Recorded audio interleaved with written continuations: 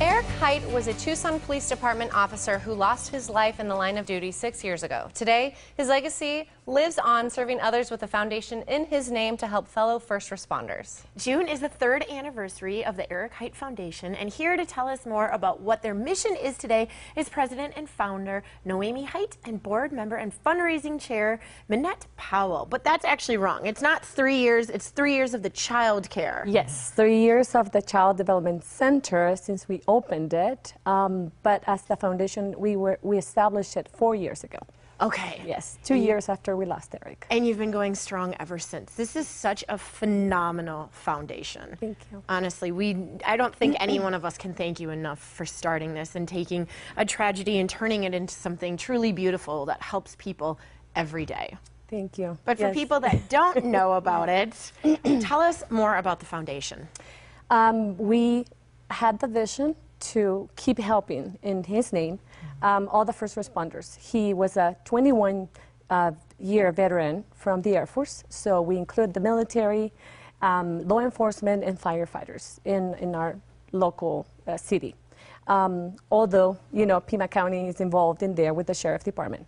So we have outreach programs. Just from, of course, our main program is the Child Development Center, but we create many different programs. Just going out to the business in town and say, would you, give a 10% discount to law enforcement now. So we are encouraging the business in town to be part of that. We do workshops for families, parenting. We update them on what the housing market is, life insurance, different kinds of workshops that we bring to the families of first responders. That's so excellent. It sounds like a lot of time, a lot of research is involved. Now, Yes. How do you raise funds to cover all of this? We have several ways of fundraising. Some of the events that we're having coming up is our softball tournament in November. Also, what we have at Guadalajara's on, which street is that, Noemi? On Kolb. On Kolb. Yes. Guadalajara's. Yes, Right here. It's called Christmas in November. So Santa actually comes out, takes photos with the kids, and then when people eat meals, a portion of that comes back to our foundation. So we're constantly having our softball tournament, our 5K and family 2-mile run walk. We had that as well in May.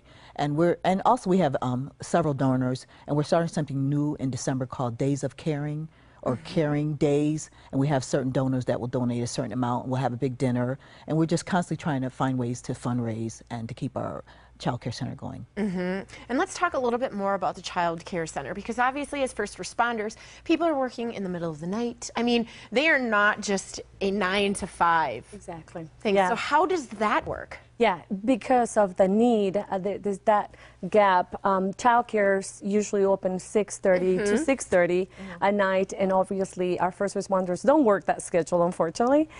Weekends, we are open 5:30.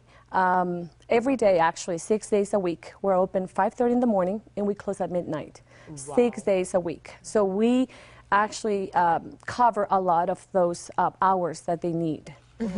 So we have constant, the whole full staff in our child care center. And we also have the part of, if the families don't need a full-time, we only provide the part-time or 1 day or just a few hours. So the whole program is directed to what the family needs and what schedule, what hours they need for that month or for that week. So. Wonderful. Ladies, we can't thank you enough for coming out today and for everything that you do every single day. Thank you. We really appreciate it. The Erik Hite Foundation has a ton of activities coming up in the fall. To learn more about them, just call 495-0430 or go online to erikhitefoundation.org. Again, that's 495